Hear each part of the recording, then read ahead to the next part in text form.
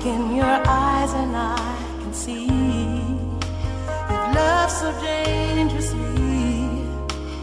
You're not trusting your heart to anyone. To come here and talk with me, and I do thank you for your time and your consideration of interviewing me and talking about eye to eye and other things. I'm pretty sure that's going to be coming in that interview. So I do thank you for coming on down to eye to eye. You have to excuse the little mess because we are going through a bit of a construction in here.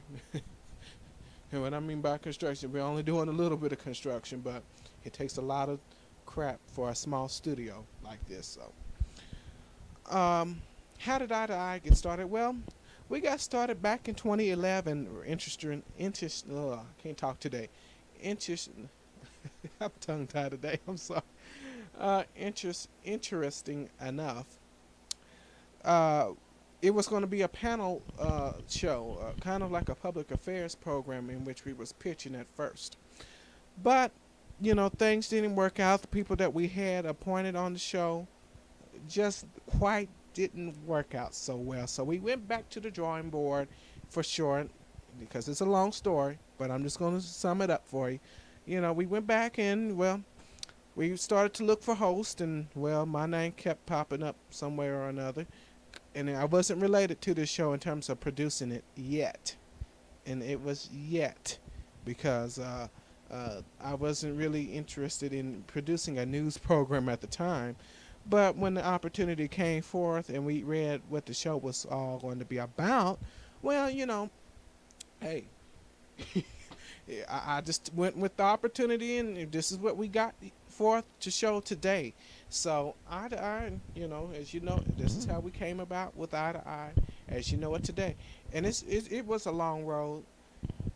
Best understand, it was a long road to deal with bringing on Eye to Eye on the air. It really was a hard time, but I can tell you the trip getting to this point is, I wouldn't change it for the world, because I've gotten to meet some interesting people, some for the good, some for the better, and some for, need I say more? But, this show has brought about change in different areas. It has helped people get registered to vote, interestingly enough. We've helped people get related into the politics. Maybe not be too much interested in it, because I could tell you I'm not that much interested.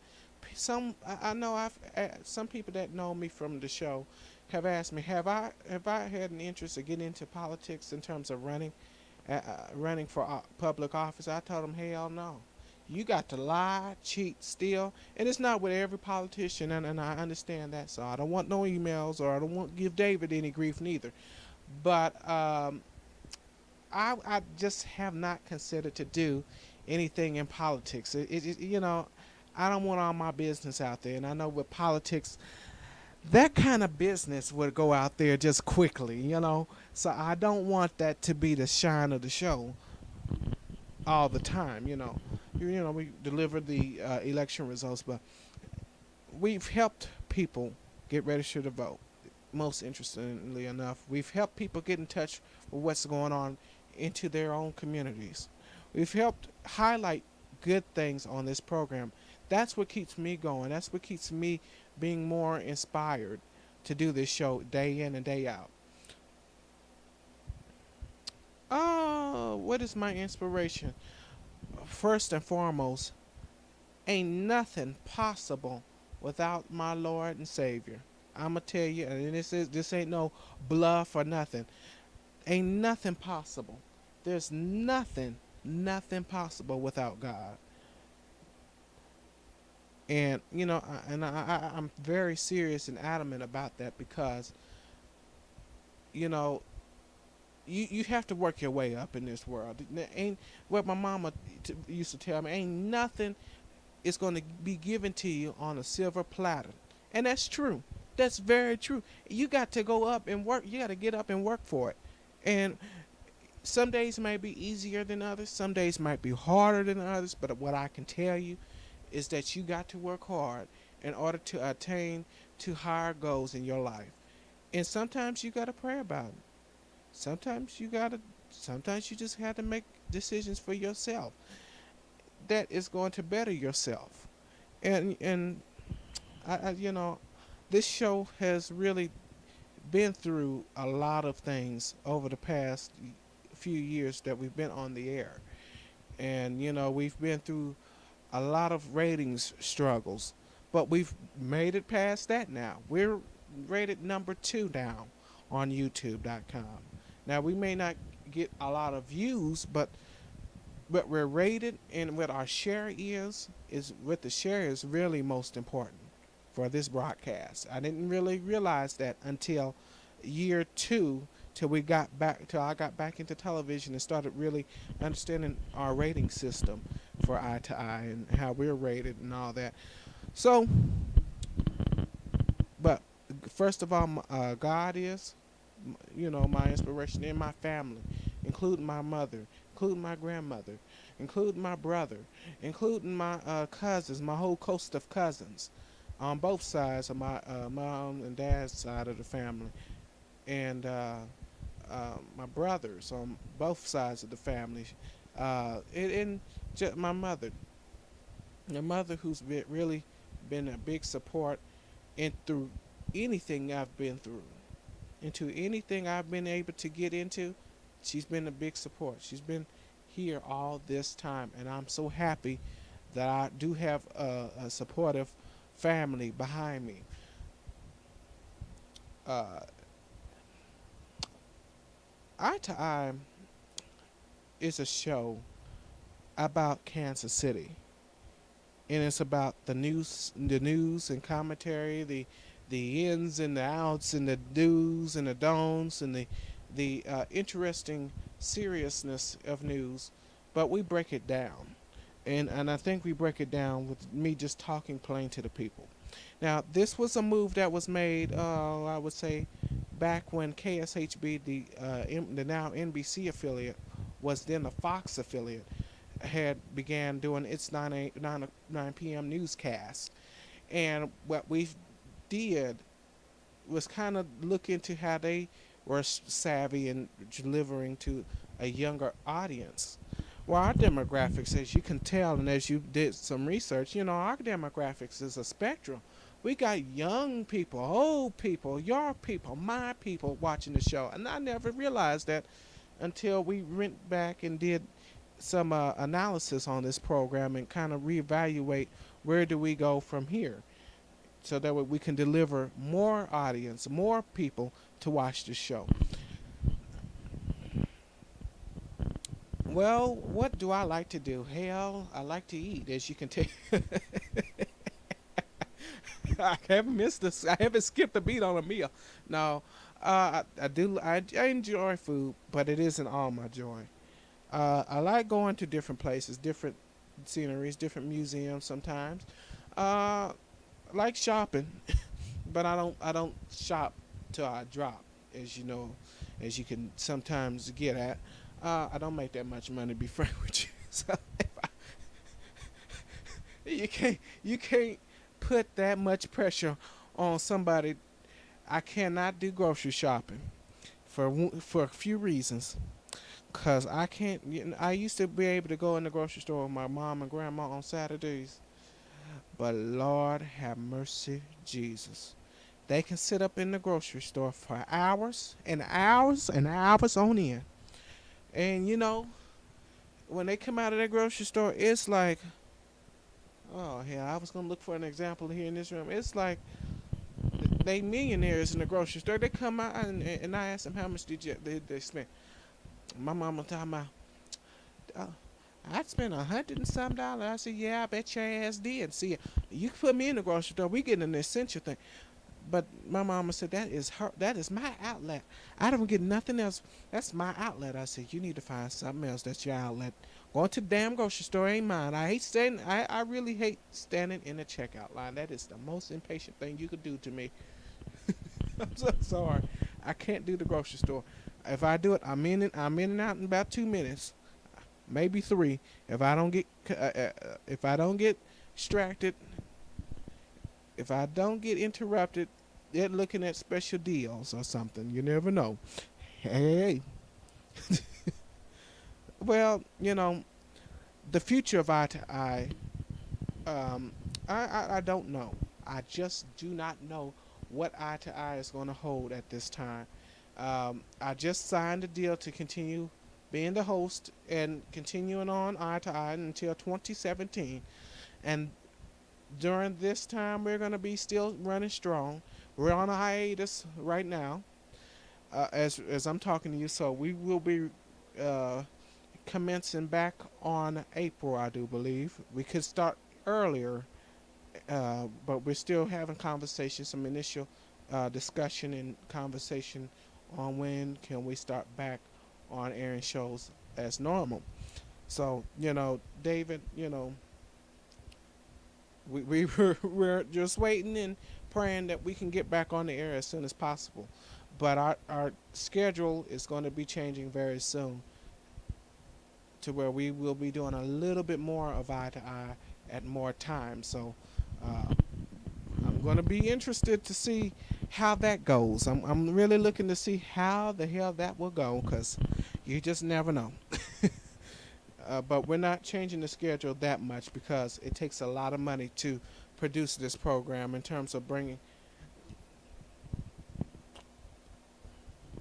What I thought about doing with Eye to Eye was making newscasts, spinning off Eye to Eye with doing Eye to Eye news at 5, Eye to Eye news at 6, 7, 8, 9, 10. Hour newscast each day, 2 hour newscasts, one in the morning, one at night. But that takes a lot of money and a lot of technology that we just simply don't have enough money to deal with right now. Eye to Eye was just spent off as its own operation. And that takes a lot of resources to really be on your own. And we've done that pretty well so far. And I don't take that for granted. So, what can I tell our young viewers out there, my young fans and viewers? Keep your head up. Stay in school. I know that's so cliche, but you can't get anywhere in this world without some type of education. Whether you go from high school to a 2-year school, or from high school to a 4-year institution, or even to a technical school. But what I want to educate our young people on is these for-profit schools, these Vaterac colleges, oh shit, I don't forgot one of them schools. ID, I done heard the commercial, watching Maury and all that other good stuff. Yes, I also watch Maury too. Sometimes I shake my head and just turn the channel when I get through watching. It would be about 10 minutes or more. I can't take no more of that foolishness. Now, surprisingly enough, I can watch Cheaters, stay up and watch Cheaters. I'm like, dang, that's one that just keeps you drilled. But right, I forgot what I was saying. Just got myself. It's been a wonderful interview though. So what? Let's just move on to the next question. I done probably done answered it. If I haven't, oh well. Viewers, if you have any questions, just email it to me and I'll answer it on the air. All right, that's fair enough. David, let me say this. Oh, young. Okay, I just caught back on what I. Okay, so what I was saying from. Okay, I just got it back. What I want to tell our young people. You see, my mind just goes that quick, ain't it? That's sad. What I want to tell people is that working hard work doesn't come easy. Hard work doesn't come easy, and you've got to work hard in order to get what you want out of life sometimes. And um, I can honestly tell you, whatever situation that you may be facing, you can make it. You can come through it okay if you learn to work right, if you learn to really apply yourself into things that you want to apply yourself into. and live the best kind of life that you can live, and really try to pay attention to those that are giving you advice, because I'm gonna tell you, I do listen to those that try to give me some advice. Now, with that said, not all advice is good advice. Once again, I'm gonna say this again. Not all advice is good advice. So what I do is, those that help, I listen to people's advice, and if it helps me, it helps me. If it don't, I don't waste my time, because I know it will benefit me more than anybody else would, and you know that as well as anybody else. So just listen, and if it doesn't, and if it starts not to listen, if it start, I'm getting tongue tied today again. If it's not something that you would want to do, don't listen to that advice. Just simply don't. You know what you got to do, and you know exactly where you got to go more than anybody else would understand it. So, you know, but apply yourself and stay in a straight line and narrow, and try to be the best person that you can be. That's all I can say. And put your thinking caps on, cause I meet so many young people that are making the wrong decisions, but are as bright as a light. And I want to get this understanding that not all young black children are stupid. Now, they may act stupid, but they are not stupid. They are intelligent. They just going through some things. That might be the case. They might have a disadvantage over other people. But that should not stop any boy or girl to attain a quality education. It shouldn't. It just simply shouldn't. Or any opportunity. It just doesn't have to be education. How do I feel about the Trayvon Martin murder case, and in the recent case of Jordan Davis? Um, you know, both cases, I believe it was a disadvantage, especially with Trayvon Martin's case. And I tell people, this isn't any new news in terms of our legal system being all out of control as it is now. What time do we got now? Okay, I don't want to go over your time. Um, our legal system is crazy as it is, and I, I'm gonna tell you this. I don't know what the hell was this prosecutor thinking of. And we've gotten cases of stand your ground law. It doesn't seem to be working right for what it was intending to do. I'm going to say this. Both dummies, both suspects, exactly what I'm going to call them, because that's what they are. I don't care what they was unacquitted for or not acquitted for, but I will tell you this. They are guilty in the eyes of the people that this affects. And it's not just a black thing, because you see people of Caucasian descent, you see Mexican people, Hispanic people, should I say. You see people of every race and nationality come to the forefront and say, that is wrong. That is wrong. You take a young boy's life. He just walking down the street, got a thing of candy and all this other stuff, in a bottle of tea, iced tea, and then in the case of Davis, he just had his music up. If you don't, and I'm not a big fan of loud ass music as it is. All that Dunn had to do, if he didn't want to hear it, and if he was so in fear of his life, all his ass had to do was get in his car, do what he needed to do. Since this was at a gas station, I believe, do what he needed to do. Get his ass in the car and move. Just get on. And if you was very much in fear, get your ass in that car and leave. But what happened with Michael Dunn, he saw that them boys was black. And it is a race issue, unfortunately.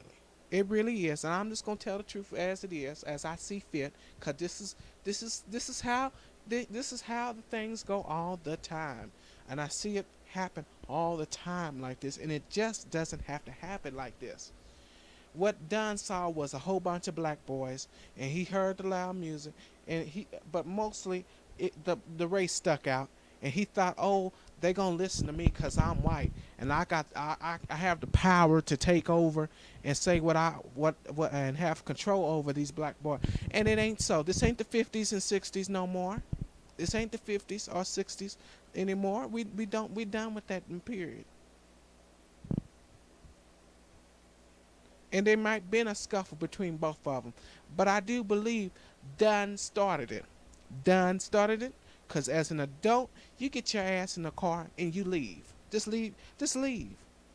You didn't have to shoot a 17-year-old boy who cannot live his life, who cannot enjoy his life, cannot live his life. His life is gone. He can't come back on this earth, and that's what pisses me off more than anything else. Is that you got those that are really celebrating this thing because they silly acting, they stupid. And there are some people, some Caucasian people, and some other folks too, that thought George Zimmerman and Michael Dunn was in the right. And I'm gonna tell you what. How about the shoes flip on the other foot? And the same thing was to happen, which happened in both cases. Now, I will say in Dunn's case, he got a little something. He got charged, which I'm happy for, but it doesn't bring justice to what has happened. Putting more than 10 bullet holes in a vehicle. What the hell wrong with this man? That was, and when he was testifying, he didn't show any kind of remorse. That's what makes me so angry. He gonna cry about a damn cat, but ain't gonna cry over a human being that he killed, and he knew he killed it. You know, sit up there and start that crap with me. You must know it. You must know it that I ain't having that. You can lie to anybody else, but you ain't gonna lie to me. Discrimination and racism is killing this nation. And it's been killing this nation for quite a long time. And that's something that we're going to talk about when we come back on the air with Ida Eye very soon. And we're going to talk about the history in terms of the term of COINTELPRO, the term and practice of it. So I'm going to educate the people of that in a brief manner. So this is things to come here on Eye to Eye. But, you know, those two cases it comes at my heart because it could be me. I'm young. I'm 22 years old. These kids were 18, 16, 17. And then I look at my peers and then my younger generation that is looking at the program and they're saying, I'm like, Lord have mercy, Jesus. What is this world coming to? What in the world this world is coming to? And that's what I often ask myself. These kids won't have a chance if we keep going the way that we're doing. Boy, how I feel about the kids on the plaza, it's a mixed thing. And I'm not feeling neutral or anything about it. That ain't what I'm saying. Because there are some kids on the plaza which parents just drop their damn kids off and just go about their business, get a little busy in the bedroom and whatever. I'm just going to tell the truth. Drop their kids off, ain't concerned about them. Don't ask about their kids' whereabouts, what the hell's going on. They come on TV talking about, well, they racially profiled me. And I said, you know, some of that I do buy and some of it I don't. And some of that, these parents need to start being in control of. I don't get how the hell you just drop your kids off out down there, ain't asking for nothing, ain't asking who you going down there with. Now, see, my mama, she like an attorney. I ain't gonna lie to you, she like a little attorney. She gonna answer every question, followed by a question. Who's down there? Who's gonna do this? Who gonna do that? There needs to be more concerned parents instead of parents trying to be their friend, trying to be their kids' friends. That's what needs to happen.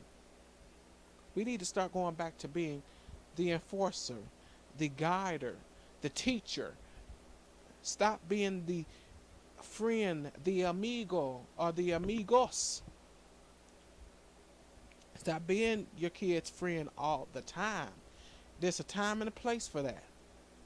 And since your kids ain't grown enough to be to have gratitude enough to respect you, it's a part of that.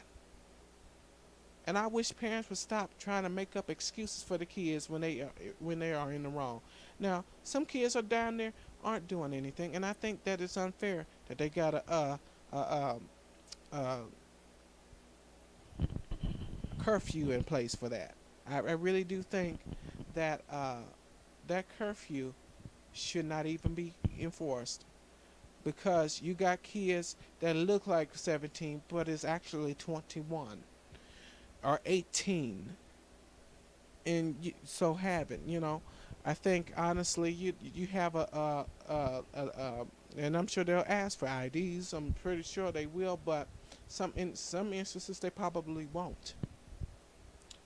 And with the police department, I do believe that there is some discriminatory practices. That makes me so mad that some of our young men is going around here sagging. Oh, I didn't turn this microphone on. Okay, I'm still good. Um, these young men just go down sagging their pants like it's just cool and all that. It ain't cool. Ain't nothing. Ain't nothing. That don't speak swag. That speak a jackass. That's what it speak.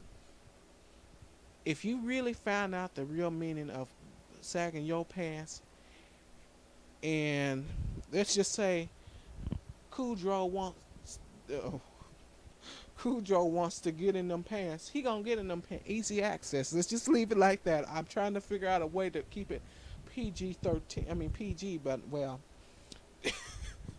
I mean hello, you know things that, and then these parents want to make excuses for that. I don't buy that. I don't buy that crap. If and my mama talking about, well, they don't forgot. Ain't nobody forgot that. That's some bullshit stuff. Yeah, I don't buy that. What I don't buy is that you let your kids do it, and then I see these older men doing it. Then their kids gonna grow up being the dumbasses that they're looking at are gonna emulate what they see. And I just don't condone that at all. I don't condone it. I'm not going to endorse it. I'm never ever going to endorse it. So don't ever ask me to endorse something foolishness. So we're done with this here. What is the time now that we got on the clock? I can't see that. Oh, we almost there. Uh, what I can say, what our future looks like as a society, it could either go much more worse, and just what we're turning to. I'm not saying that's where we can be at permanently. We can change things, but are we as people going to make that change, or is our world? Are we so stuck in a rut that we won't change, that we won't value morals? I've had a discussion with a few people, just random people, and they was telling me this world has gone crazy, and I would have to agree. We have gone crazy. We have gone really stupid. We have gone evil. We have gone just in a rage of evilness, and I don't know if that's going to be for the worst, and I'm afraid that it will be so. But we can change. We can raise our kids up to be strong individuals, individuals that will be uh, um, able-bodied, individuals that will be strong and independent, individuals that will be respectful of one another and for themselves and for their families. These are things, these are morals and values in which I take much seriousness with.